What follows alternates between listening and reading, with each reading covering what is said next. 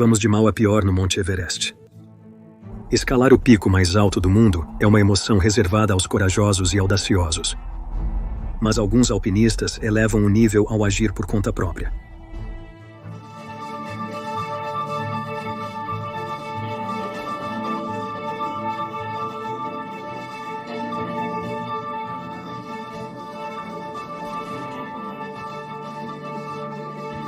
Imagine passar sorrateiramente pelos portões. Você está lutando contra o mal de altitude e armadilhas mortais de gelo, desde descidas ousadas de snowboard até ascensões solo não autorizadas. Os alpinistas ignoraram a cautela e as regras. Mas o Everest não é para brincadeiras. As apostas são as mais altas possíveis. Prepare-se para uma saga de rebeldes no topo do mundo. Como sempre, recomenda-se a discrição do espectador. Esta é a história de Lydia Brady, a primeira mulher a escalar o Monte Everest sem oxigênio suplementar. E a fazer isso sozinha. Ela quebrou recordes, mas não seguiu as regras para alcançá-los. Sua empreitada fez história, mas também causou muita controvérsia. Essa história remonta a 1988. Lydia, integrante de uma equipe da Nova Zelândia, foi a Katmandu se encontrar com alpinistas tchecoslovacos para escalar o Monte Everest. Os alpinistas tinham permissão para escalar duas rotas, Lhotse e a face sudoeste do Everest. Mas essas rotas eram incrivelmente íngremes e não tinham boas condições de escalada. Os colegas de Lydia desistiram da escalada, incapazes de prosseguir. Eu estava no acampamento 2, tendo chegado lá do acampamento base naquele dia, e eles desceram depois de tentar o Pilar Sul e disseram: estamos cansados, não conseguimos chegar ao cume e estamos indo para casa. Mas Lydia estava determinada a chegar ao topo, mesmo que sozinha. Ela iniciou sua jornada examinando a rota mais segura a seguir. Se ela quisesse chegar ao topo, o caminho mais seguro seria pela Rota do Carvão Sul. Havia apenas um problema. Ela não tinha permissão para escalar essa rota. Isso não iria impedi-la. Ela conhecia bem essa rota de aventuras passadas e sabia que havia passos claros a seguir. Ela iniciou sua jornada caminhando os 26.246 pés do acampamento 2 ao 4. No dia seguinte, em 14 de outubro de 1988, às 2 da manhã, ela começou a subida ao topo do Monte Everest. As condições de escalada eram muito melhores nesta rota, com o solo tendo neve compactada, o que era muito mais fácil de escalar. Uma vez que ela subiu mais ao cume, havia pegadas embutidas na neve de uma equipe espanhola de alpinistas, facilitando a continuação de sua jornada. Depois de quase 12 horas escalando, ela achou os alpinistas espanhóis. 14h40 aconselharam Lydia que era tarde para continuar a caminhada, mas ela estava determinada a alcançar o cume. Ao chegar ao topo, o tempo não estava mais em sua mente. Lydia pode ter alcançado seu objetivo de atingir o cume sozinha, mas uma vez lá, ela teve que pensar em como iria descer e que tipo de problema ela iria enfrentar. Eu sabia que só iria sobreviver se começasse a me mover novamente. Eu estava apavorada com a chance de ficar presa no alto. Ela iniciou a descida de volta pela montanha. Ao encontrar a área onde os alpinistas espanhóis estavam, ela parou para descansar e se hidratar. Apesar de exausta, ela estava grata por estar segura e viva. Porém, quando ela retornou à base do Everest, as coisas não estavam tão boas. 4 dos alpinistas tchecos foram pegos em mau tempo e desapareceram. Seus colegas de equipe já tinham retornado à Nova Zelândia, deixando-a sozinha. Além disso, ela estava em apuros por escalar uma rota não autorizada. O Ministério do Turismo ameaçava tomar medidas quando descobriram que Lydia tomou uma rota ilegal para escalar o pico da montanha. Ela enfrentava várias penalidades, incluindo uma proibição de escalar de 5 a 10 anos. Se você escalar uma rota sem permissão no Nepal, geralmente recebe uma proibição de 5, mas principalmente 10 anos. Para evitar essas punições, Lydia retirou sua afirmação de que escalou até o topo do Monte Everest. Ela não apresentou documentos que comprovassem sua declaração. Normalmente, os alpinistas devem apresentar provas, coisas como fotos de altímetros ou telas de sistema de posicionamento global, mas isso não impediu a controvérsia. A mídia passou a ridicularizá-la. Todas as manchetes questionavam: ela fez ou não fez? Mas evitar as penalidades não trouxe conforto para Lydia. Afinal, essa era a história dela para contar. Ela é a que arriscou a vida e chegou ao topo contra todas as probabilidades, fazendo história. Com algum incentivo de outros alpinistas, Lydia tornou sua história pública. Felizmente para Lydia, ela é uma das únicas em nossa lista a escalar o Everest legalmente e sair viva. Você deve estar se perguntando qual é a diferença entre escalar o Monte Everest legalmente e ilegalmente. Para fazer essa caminhada legalmente, cada alpinista precisa de uma permissão. Se um alpinista for pego usando uma rota sem permissão, pode enfrentar graves consequências. Isso é exatamente o que aconteceu em nossa próxima história da expedição ilegal liderada por Nimsdai Purja. Nimsdai Purja é um renomado alpinista mundial. Ele deixou sua marca no mundo do alpinismo ao escalar os 14,8 mil metros em um período de 6 meses e 6 dias. Você pode ter visto o épico documentário 14 Picos na Netflix. Nada é impossível. Embora este alpinista possa ter muitas conquistas em seu nome, ele não é estranho à controvérsia. Uma delas inclui sua expedição de 2024 ao Monte Everest. Nimsdai podia escalar o Pico Lingtron. Apesar de ter permissões válidas, ele não podia usá-las para outros.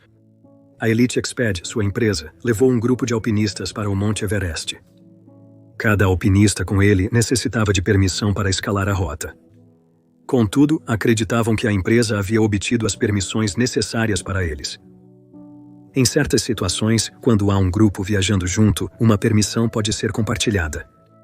A permissão para escalar o Pico Lingtron custa $400. Mas essa não era a rota que o alpinista experiente queria seguir. Ele queria escalar a rota do Everest. As permissões para esta rota custam $11 mil por pessoa. Mas isso não impediu Nimsdai e seu grupo. Eles fizeram a viagem de qualquer maneira. Havia outros 11 alpinistas de vários países do mundo. Embora não tenham chegado ao topo, o grupo foi longe o suficiente para justificar uma investigação. Supostamente, a maioria do grupo alcançou a geleira Khumbu. Alguns dos escaladores mais fortes alcançaram o acampamento 3. Mas houve algumas outras controvérsias em torno desta escalada. Supostamente, Nimsdai organizou para que um helicóptero levasse o grupo de Katmandu para o acampamento 2, o que é altamente ilegal. Helicópteros são proibidos além do acampamento base do Everest. Ele também guiou o grupo por uma seção ilegal da cascata de gelo no Monte Everest até o acampamento 3. Testemunhas anônimas relataram ao Departamento de Turismo o que presenciaram. Não era apenas sobre o fato de que esses alpinistas não pagaram a taxa. Algumas das rotas que Nimsdai estava tomando eram muito perigosas. Felizmente, não houve ferimentos ou fatalidades nesta escalada. Uma investigação está atualmente em andamento sobre os eventos. Elite Exped negou as alegações. Também foi relatado que as permissões foram obtidas para 2 dos alpinistas. As permissões foram obtidas de 7 caminhadas ao cume. As permissões permitiram que os alpinistas compartilhassem com grupos de até 15 pessoas. Kayla é uma alpinista renomada e experiente. Ela participou de várias expedições de Nimsdai e é embaixadora de sua loja. Porém, os demais alpinistas treinavam no acampamento base. Testemunhas acharam isso suspeito, pois a rota do Pico Lingtron é direta, como uma trilha de caminhada. Até o momento, não há registro de penalidades para Nimsdai e os demais alpinistas. A investigação prossegue. Talvez eu possa atualizá-los posteriormente. Você acha que esses alpinistas merecem uma penalidade por tomar uma rota ilegal? Conforme a situação piora, as histórias se tornam mais complexas. Marco Siffredi foi o primeiro a descer o Monte Everest de snowboard. Sua primeira jornada, em 2001, foi um sucesso. Mas quando ele tentou fazer isso pela segunda vez em 2002, as coisas tomaram um rumo inesperado. Em 23 de maio de 2001, Marco Siffredi escalou o topo do Monte Everest pela primeira vez. Ele obteve as permissões necessárias e a aprovação do Conselho do Nepal para essa aventura épica. Quando ele iniciou essa escalada, seu objetivo era descer de snowboard pela Hornbein Kulwa, a rota que ele considerava o santo grau para o snowboard. Infelizmente, essa rota não tinha neve suficiente, então Marco teve que pegar a Norton Kulwa em vez disso. Embora ele tenha encontrado alguns problemas com a tira de seu snowboard, ele conseguiu consertá-la e descer toda a montanha. Naquele dia, ele fez história e consolidou seu status como lenda do snowboard. Você consegue imaginar sentado ao redor de uma fogueira com um grupo de snowboarders, todos se gabando de suas corridas de touros, novas linhas e corridas em árvores, quando uma voz se destaca na escuridão e diz: "Eu fiz uma linha descendo o Monte Everest"? Apesar da conquista selvagem e quebradora de recordes, Marco não estava satisfeito. Ele queria descer de snowboard pela Hornbein Kua e estava determinado a fazer isso de uma maneira ou de outra, e para Marco isso significava colorir fora das linhas. Então, em setembro de 2002, quando ele decidiu tentar novamente, ele não tinha permissões específicas ou permissão para esta rota altamente perigosa e não padrão. Embora o outono não seja a estação ideal para escalar, Marco estava focado nas condições da neve descendo. Ele achava que a neve do começo do outono era ideal para o snowboard. Quando Marco começou sua jornada montanha acima, ele enfrentou condições de neve profunda. Ele levou 12 horas e meia para chegar ao topo. A escalada foi 3 vezes mais longa que a do ano anterior. Ao chegar ao topo da montanha, ele apreciou a deslumbrante paisagem. Era exatamente como ele imaginava. Mas antes de começar sua jornada de descida, os Sherpas com quem ele escalou sentiram que algo não estava certo. Alertaram-no sobre o adiantado da hora e as más condições. No entanto, Marco não iria ouvir. Ele tinha outros planos em mente e estava empolgado para executá-los. Enquanto Marco descia a colina, os Sherpas iam na direção oposta para buscar abrigo no acampamento. Queriam chegar antes da tempestade. Depois de caminhar quase 4.000 pés, eles viram o que acreditavam ser uma figura. Naquele momento, pensaram que fosse o Marco, mas ao se aproximarem da área, notaram que não havia marcas de prancha de snowboard na neve. Os Sherpas então perceberam que não se tratava de uma figura. Era uma aparição. Dadas as condições precárias, eles sabiam que Marco embarcou em uma missão fatal.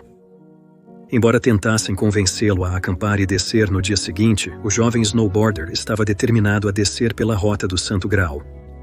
Sua impaciência custaria sua vida. Quando os Sherpas voltaram ao acampamento base, descobriram que seus piores medos se tornaram realidade. Marco nunca voltou. Até hoje, seu corpo e snowboard nunca foram encontrados. Mas isso não é necessariamente um choque. Muitas pessoas desapareceram no Monte Everest e nunca mais foram encontradas. A causa mais provável da morte é que ele tenha sido vítima das condições climáticas adversas do cume devido a uma tempestade que estava começando. Também é possível que ele tenha ficado preso em uma avalanche. Como a neve era incrivelmente profunda naquela época do ano, este poderia ser outro cenário provável. Contudo, Chloe, irmã de Marco, tem uma visão diferente sobre o ocorrido.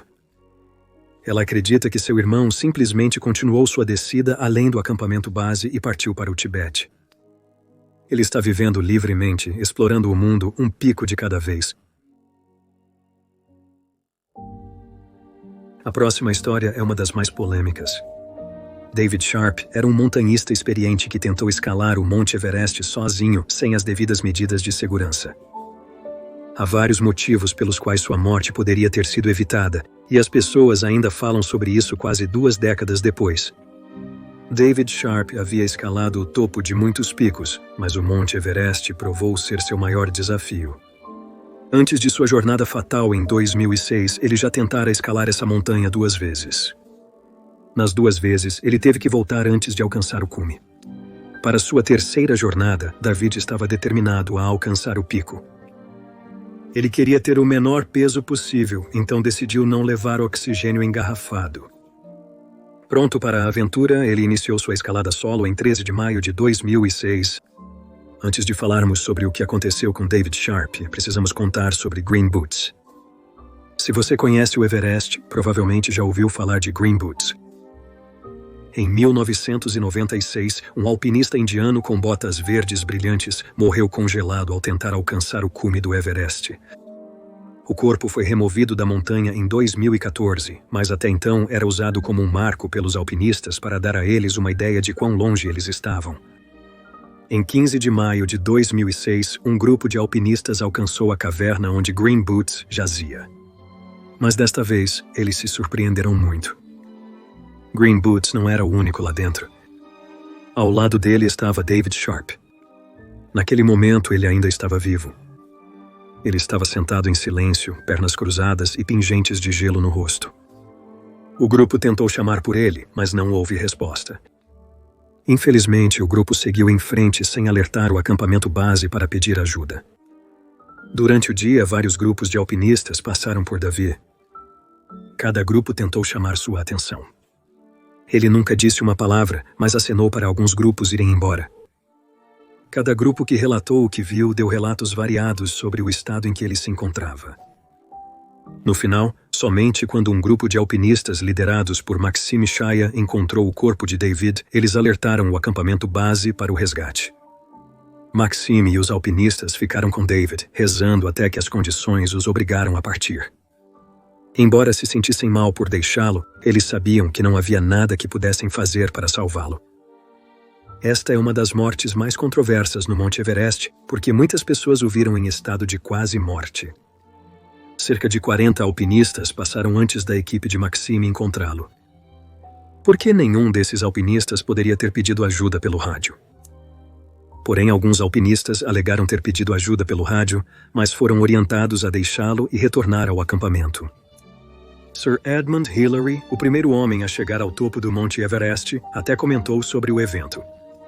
Ele expressou desgosto com a reação dos alpinistas e insistiu que eles estavam tão determinados a chegar ao topo que deixaram um homem sob uma rocha para morrer. O objetivo é chegar ao cume e o bem-estar de qualquer pessoa no caminho é apenas muito ruim. No entanto, outros defenderam os alpinistas, alegando que não havia nada que eles pudessem ter feito para salvá-lo. Como saberiam que ele não trouxe oxigênio engarrafado? Embora a escalada de David não fosse estritamente ilegal, foi uma série de decisões ruins e arriscadas em uma montanha que rapidamente te devora vivo. Escalar sozinho, sem rádio, telefone via satélite ou oxigênio suplementar suficiente aumentou significativamente seus riscos e acabou custando sua vida. A história de David Sharp serve como um sério aviso de por que a preparação adequada é essencial para fazer a escalada. Ir com um grupo experiente e trazer equipamento adequado, mesmo que te pese, pode salvar sua vida. Nossa próxima história é sobre Pavel Kostrikin, um alpinista que tentou uma escalada ilegalmente, sem saber no que realmente estava se metendo. Como mencionado, são necessárias permissões para escalar o Monte Everest. Os alpinistas apenas obtêm permissões para rotas específicas ao escalar o Monte Everest. Isso é feito para garantir que eles estejam escalando uma rota segura para sua jornada. Embora essas permissões variem em preço, muitos montanhistas gastam cerca de $40 mil a $90 mil no total para escalar o Monte Everest. Embora este seja um custo alto e certamente controverso de muitas maneiras, ele pode salvar uma vida. Pavel tinha muitas paixões na vida: matemática, economia, engenharia e, acima de tudo, escalada. Ele era um alpinista ambicioso que estava determinado a chegar ao topo do Monte Everest. Contudo, sua paixão não bastou para suprir sua falta de preparo. Pavel já havia tentado escalar o Monte Everest antes, sem sucesso. Esta seria sua terceira tentativa. Pavel apreciava diversas atividades ao ar livre. Ele era um alpinista experiente, familiarizado com o turismo de montanha. Afinal, ele já havia escalado 6 das 7 principais montanhas. É por isso que as pessoas que conheciam esse homem ficaram chocadas ao saber que ele estava mal preparado para escalar o Monte Everest. Ele não planejou com segurança, faltando apoio e não obtendo uma permissão, mas ainda estava pronto para a sua excursão. Ou assim ele pensou. Pode ser surpreendente saber que isso ocorreu em 2022. Apesar de todos os fatos, a história, o equipamento e as tragédias do Monte Everest, decisões ruins e eventos ruins ainda estão acontecendo. Durante sua escalada, Pavel integrava um pequeno grupo. Infelizmente, o fato de ele não estar sozinho não foi suficiente para salvar sua vida. Ele estava fazendo a típica rotação de alpinista dos 29.031 pés do Everest antes de ficar doente. Pouco se sabe sobre os detalhes exatos que levaram à sua doença. O que sabemos é que o russo de 55 anos começou a sentir mal de altitude enquanto estava no acampamento 2, a cerca de 21 mil pés de altitude. Ele teve que ser ajudado a descer para o acampamento 1, cerca de 3 mil pés mais baixo em altitude. O motivo desta ser sua terceira tentativa no Everest foi devido ao esgotamento que o fez retornar repetidamente. Não sabemos ao certo, mas é possível que ele tenha adiado a volta desta vez e a descida porque era sua terceira tentativa e ele estava determinado a chegar ao cume. A doença da altitude é algo que precisa ser reagido imediatamente ou o corpo irá desligar. E infelizmente Pavel faleceu devido à doença aguda da montanha. Conforme este incidente foi investigado, descobriu-se que o montanhista russo não tinha uma permissão para sua escalada. Na época de sua morte, o Nepal havia emitido permissões para apenas 17 russos escalarem o Monte Everest. Pavel morreu em 2022. Olhando para os registros em 2021, mostrou que houve 295 mortes no Monte Everest, 197 das quais foram do lado do Nepal. Desde então, o Nepal aumentou o número de permissões emitidas. A liberação de mais permissões poderia reduzir as mortes nesta montanha notória? Pavel obviamente morreu devido ao mal da altitude, que não se importa se você tem uma permissão ou não. Mas pode-se argumentar que pelo menos ter uma permissão significa que uma rota específica foi liberada e considerada segura, o que poderia levar menos alpinistas a se rebelarem em busca de uma tentativa de cume. A última escalada malfadada que contarei hoje é a de Fran Arsentiev. Sua história trágica lhe rendeu o apelido de Bela Adormecida do Everest. Porém, seu destino não foi tão feliz quanto o da famosa princesa da Disney. Não vá a lugar algum ainda. Esta é uma das histórias mais chocantes em nosso vídeo hoje. Em 1998, Fran Arsentiev realizou um de seus objetivos de vida. Ela se tornou a primeira americana a alcançar o topo do Monte Everest. Fran não era uma alpinista muito experiente.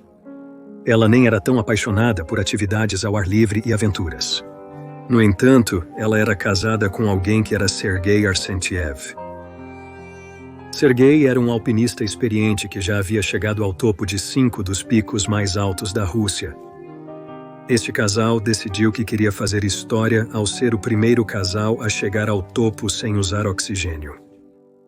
Agora, a jornada deles até o pico foi bem sucedida, o que é extremamente impressionante. Eles celebraram o grande feito de Fran. Eles estavam a 29 mil pés de altitude sem oxigênio. Mas como em muitos desastres no Everest, não é a escalada até o topo que te pega. É na descida que tudo sai do controle. O casal iniciou a descida da montanha. Testemunhas afirmam que eles chegaram ao cume, onde pararam brevemente. Mas quando o casal retomou a jornada de descida da montanha, essa foi a última vez que foram vistos vivos juntos. As condições ficaram péssimas e a visibilidade era quase nula enquanto tentavam voltar para o acampamento mais próximo em busca de segurança. Tragicamente, o casal se separou no clima de nevasca. Fran tentou, mas por fim desistiu de continuar caminhando. Ela congelava e não enxergava. Enquanto isso, Sergei tentava descobrir o paradeiro de Fran. No dia seguinte, 2 alpinistas que tiveram um breve encontro com o casal iniciaram a descida. Foi quando notaram um alpinista congelado em uma jaqueta roxa familiar. Era Fran que eles já haviam encontrado. Inicialmente, eles temiam o pior, mas perceberam que ela se movia em pequenos solavancos.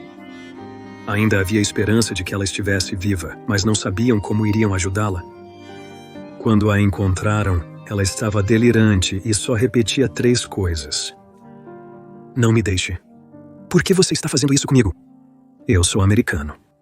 Apesar da vontade dos alpinistas de ajudar, não havia nada a ser feito. As condições na montanha pioravam e eles precisavam retornar ao acampamento para sua segurança. Se não deixassem Fran, teriam arriscado suas vidas. Fran morreu de hipotermia após ser abandonado. Porém, seu corpo ficou no local por anos. Ela era um marco, semelhante ao Green Boots, só que ela era chamada de Bela Adormecida. Fran não foi removida da cena até 2007, quando recebeu um enterro adequado. Seu corpo estava coberto pela bandeira americana no momento em que foi removido, como sinal de respeito. Seu marido Sergei não foi descoberto até um ano inteiro após o incidente. Supõe-se que ele morreu ao cair tentando salvar sua esposa. Ele pode ter pensado que sua experiência era suficiente para manter ele e sua esposa seguros, mas nas encostas ásperas e selvagens do Everest, a experiência não é suficiente para manter ninguém seguro? Compartilhe sua opinião nos comentários. Valeu por assistir. Até a próxima. Seja audacioso e viva com coragem.